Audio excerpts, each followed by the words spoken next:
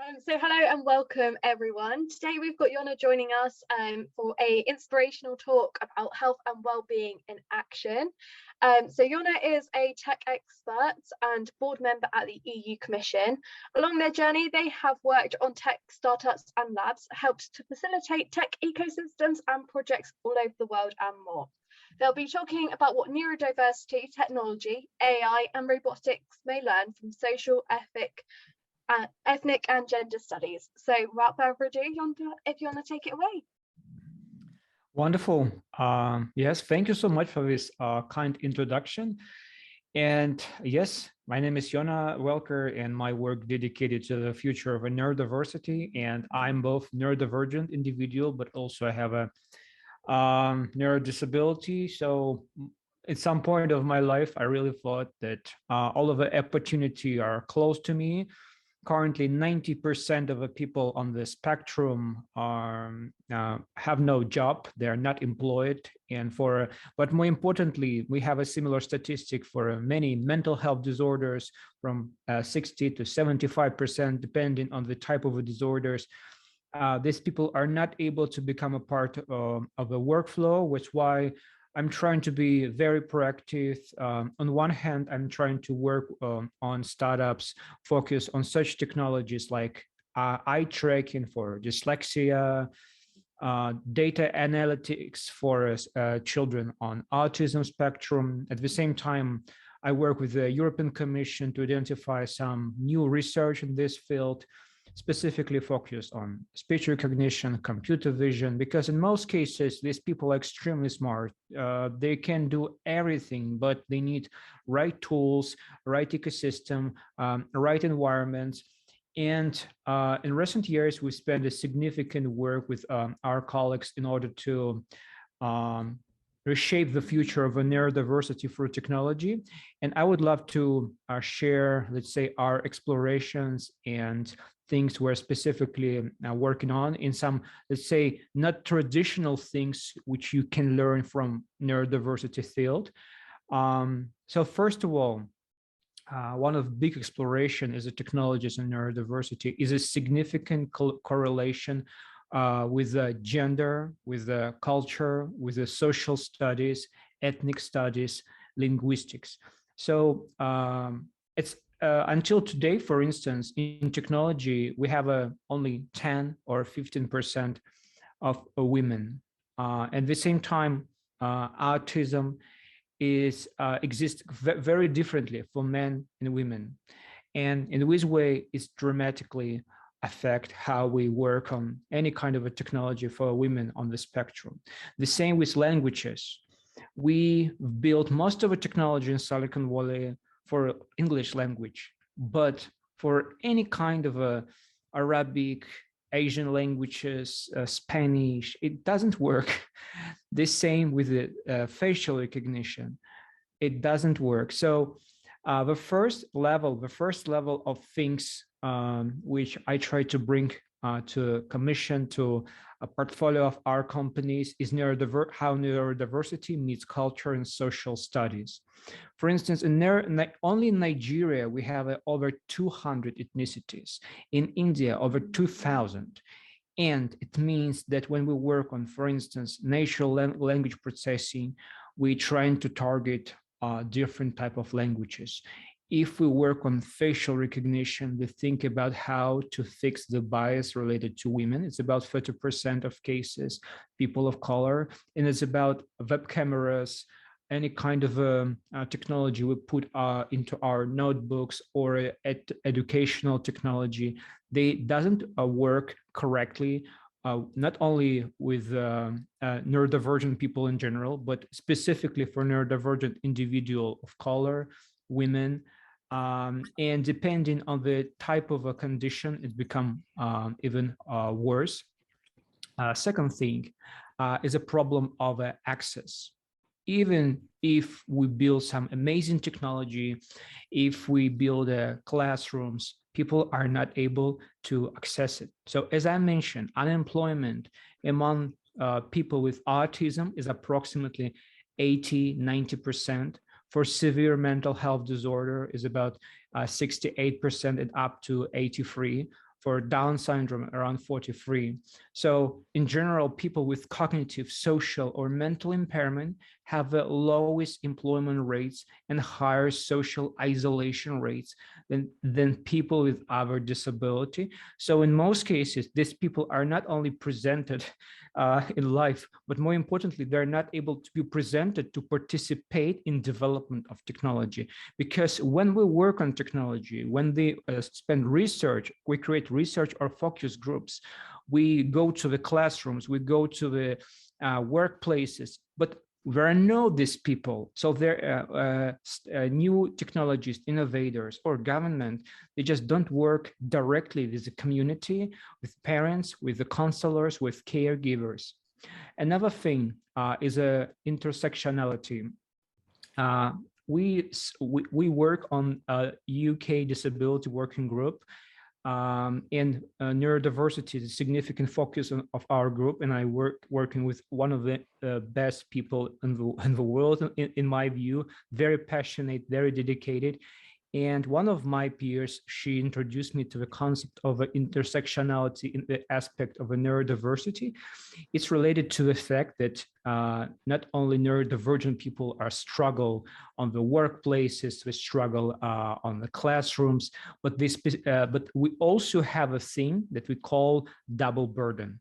It means that Black people, African British, African American, Asian, Arabic people have less access to medical facilities, to consular services, to participation in focus groups, which actually target development of new technologies, which help us to build new apps, educational tools, these facial recognition or speech recognition systems. And another thing, as I mentioned, is a gender. So we explored that currently around 75% of women with autism are misdiagnosed. So because we used the same criteria for women, which we use for men. But at some point they explored that criteria and the way how we deal with girls and boys should be different. And both social studies behind it, but also technology should be different. And until we change it, we're not able to build better technology. Another thing is a research in criteria. I created the whole letter to the European Commission and Parliament in order to bring the voice of our community of technologists, researchers, in order to show governors that how complex neurodiversity is. Because it's not only about the way how people communicate, how they socialize, or how they learn, read, for sure, this criteria as well, but it also includes sensibility, physical and tactile experiences, visual and color experiences, differences in the system of learning, memorizing, systemizing, empathizing, attention, learning, reading. But also we have a layers of a spectrum. For instance, some people have a so-called high performance individual, but they have a less communication ability. In other cases, when they have a high communication ability, but issues from cognitive perspective. We also have such thing as a comorbidity. People on the spectrum has a higher chances of a mental health issues, but not only mental health. Surprisingly, we also explore higher chances of digestive system issues, immune system, and the variety of other disorders. And for sure, other layers include gender, mechanism of support and caregivers, human involvement, safety, and privacy. Another thing which we're trying to bring to the startup community working on neurodiversity, speech facial recognition for autism or neurodisability patients, it's a legal environments and status. Because I see that some of my co-hosts, they have a correct pronounce, they, them.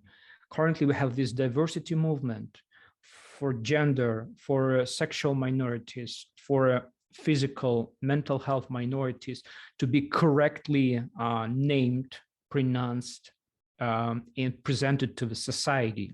So we work on the documents, letters to society, to our peers, to our network, to parliament, to anywhere, to demonstrate that this terminology is correct. For instance, we have a neurodiversity, but if we call someone related to this condition, we call neurodivergent individual.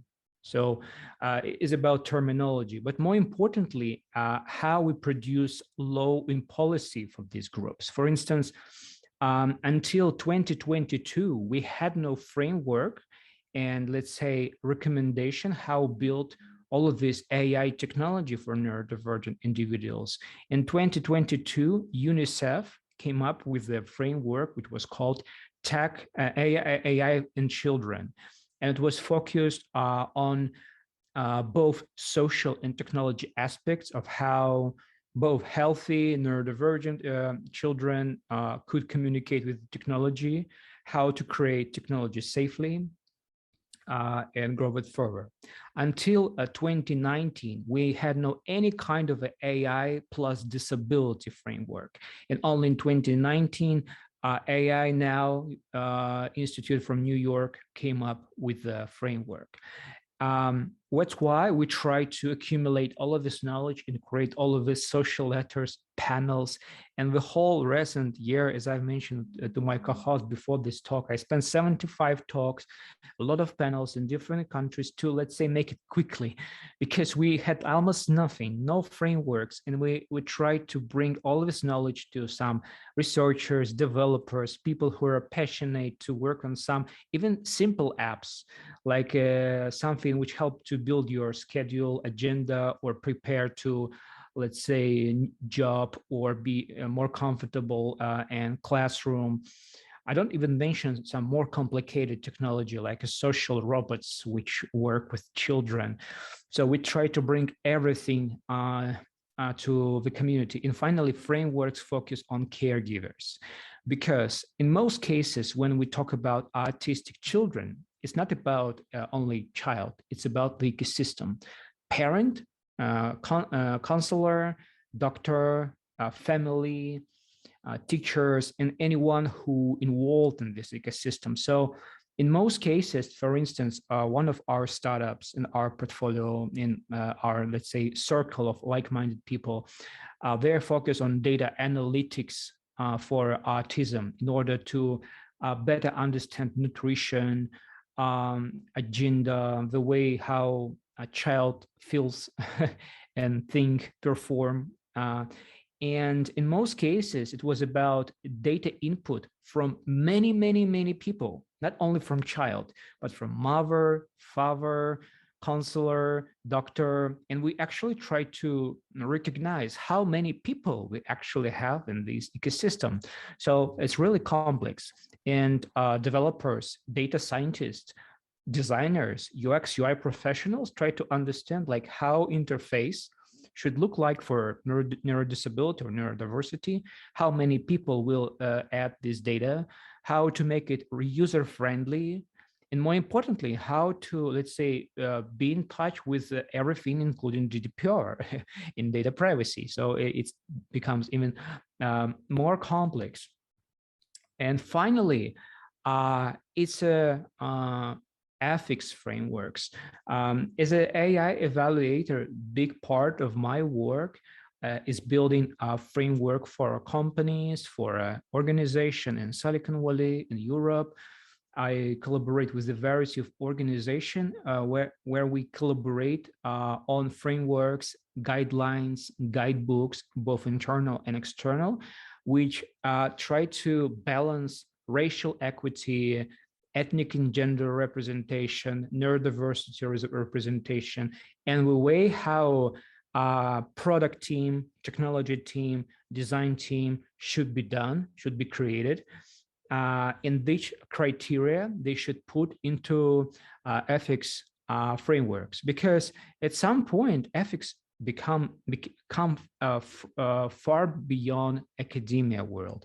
At some point, it was produced by MIT Media Lab, AI Now, Turing Institute in UK, Oxford, Montreal AI Ethics Institute at Now. It also produced by many companies like Microsoft, even Google, and even Deloitte and BMW trying to create the ethics framework. So we create the whole list, which I share after this talk, and you can access it in open source, where we list the criteria, including human rights, bioethics, and accessible vocabulary, which we use for neurodisabled individuals or neurodivergent. Accountable agents and accountability, so who work on this technology and how we involved in design, transparent models and explainability, so how to build this technology in transparent way and clearly demonstrate the structure of an explainable model, feedback loop and impact assessment, so when we able to understand feedback from child, from caregiver, from a parent, and provide impact assessment for all of the levels of development of this tool, device. Also, technical fixes, how to make it biasless to people of color, to women, how to balance autonomy and human involvement, and many, many other criteria. So that's what we have done in the past few years. On what we are working now, what are key priority now in this neurodiversity movement? So first of all, regarding our lessons, one of the key lessons which we've learned, first, our key allies in this movement are community. That's why I'm talking now with you, teens in AI, but also I'm organized hackathons for women in AI in US, APAC, and we have a network in Middle East. I'm working with many women, non-binary, disability communities, which actually bring all of this feedback, developers' knowledge and insights, wisdom, talent, and actively participate in this funnel of new technologies projects. Second, we connect all of this initiative to campuses, which is why I'm proactively work with the MIT in Boston, in ecosystem, for instance, like INSEAD in Singapore, in order to connect it to academia get more knowledge and more wisdom to this work. And finally, we're bringing to, as an activist, we're bringing to parliaments with letters, we act as a technology activist with all of the suggestions, frameworks, because as I've mentioned initially, all of this movement was driven by strongly by academia, and it was kind of isolated. And I believe now we should be more proactive. All of the technologists, developers, scientists, UX, UI designers could participate in this movement. So we try to connect them. For instance, we have in UK, we have, as I mentioned, disability working group, Tech London Advocate Disability Working Group.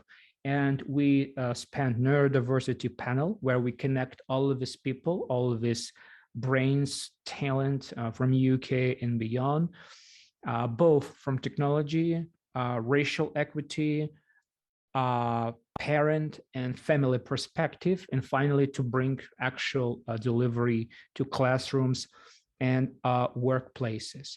And regarding what's next, so currently I'm located in MENA region. I'm actively continue to develop a portfolio of companies and projects in this field, working on new policies and frameworks, and finally bringing everything to the parliament and governors. And one of the key priorities for us in this year is bring further AI and robotics for underrepresented languages, including European languages, French, Italian, Spanish, Asian languages and Arabic languages, and the way how speech recognition, natural language processing works with them. So if we will work on new robotics or new cameras or audio devices, which we integrate into platforms or apps, they should be very flexible with all of these languages, regardless of the nation or country. Second, we should learn the lessons of racial equity for facial recognition. 30% bias, as I've mentioned, for women and people of color, and it's what we're trying to fix. So cameras, which we have in robots or computer vision, we use for mobility or autonomous technology should be updated, taking into account not only big ethnic group, but subgroups as well, because I mentioned only in Nigeria, over 200 ethnicities, and taking into account the whole diversity of migration, we should fix it. And finally, is putting together social, ethnic, and gender studies. At some point, our colleagues, and me included, we introduce ethics professionals in residence. So someone who is responsible for ethics, for fairness, transparency, accountability of technology, and the way how it's done for vulnerable groups. Now we're trying to go further. Social scientists, gender studies, ethnic studies professionals in residence. It's not always possible for new teams, for startups, but it's more than possible and should be done by companies, organizations. But I would love to say that even small startups, which I work with, they have a very diverse teams. Most of them not only actually have, for instance, autistic children or autistic brother, sister, relative, but they always focus on kind of specific type of medical, bioethics, educational, gender part of the studies, which actually contribute to the research and criteria. And finally, I hope to bring all of these new updates from MENA region, where I'm currently located, and working on some new project, but also Asia and Europe, to the new frameworks with the updates. You always can find it in completely open source.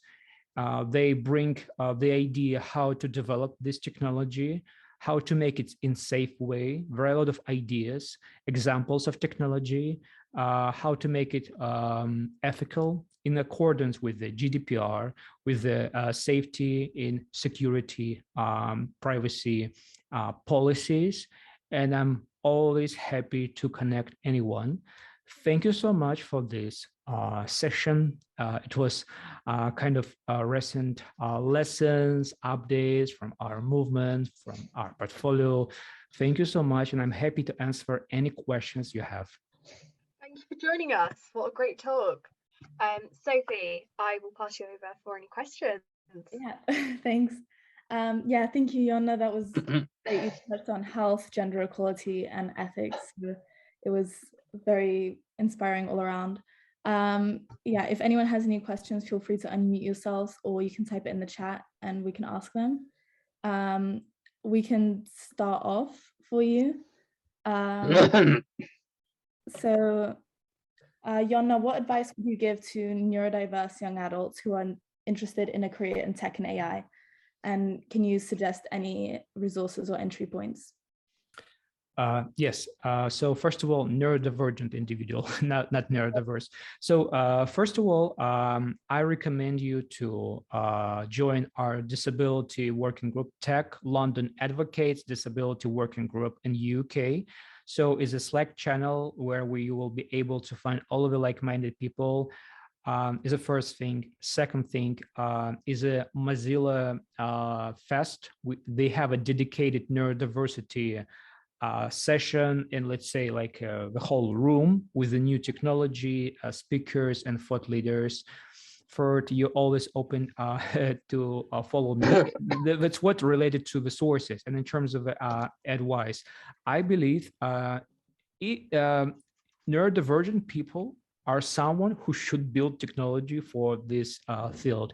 And one of the troubles we had in the past is a lack of representation.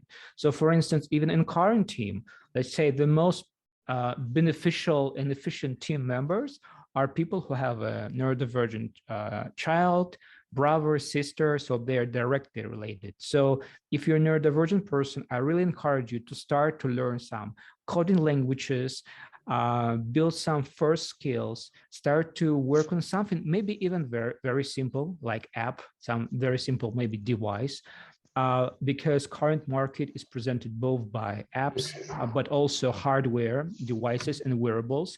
And one of the things which we try to bring to the market is actually ecosystem. When we have a speech recognition system, computer vision, some social robotics, smaller, bigger, and you are more than welcome to participate in all of these things. Perfect, thank you. I think we have a question from Maureen. First of all, hello guys. I am Maureen from Tanzania. I wanted to ask you that how will you advise a person who has never seen the code language? How will he or she be able to understand code language and understand more about what you're talking about, health activities? Okay, so if it's about coding languages and many other things, so first of all, there are tools that you can find on the web which help you to build apps without coding skills. So you actually can build apps or technology without coding skills is the first thing. Second thing, if you would love to learn coding, there are a lot of free courses on edX, Coursera, and many other platforms which are completely free or very cheap, which we actively use across our community. Also, I highly recommend you to Google coding Slack. So you just find the list of the relevant Slack channels where communities share all of the knowledge about particular languages like Ruby on Rails, Python, for free, and you can exchange the knowledge, find the mentor or someone who help you to build a work on particular technology. More importantly, if you're a woman or a girl, I encourage you to join dedicated Women in AI, Teens in AI, and many other communities which are actually already have a dedicated community of developers. Also, there are dedicated communities like All Tech is Human, for instance, which focus on developers or technologies more related to ethics. So use open source platforms, use Slack channels, actively Google, and most of these things are actually free, so it's quite easier nowadays. Perfect, thank you. I'm afraid that's all we have time for. We have got our next speaker, Peter, joining us shortly. Thank you very much, Yonah, and I hope you have a lovely rest of your day. Thank you so much and have a wonderful day.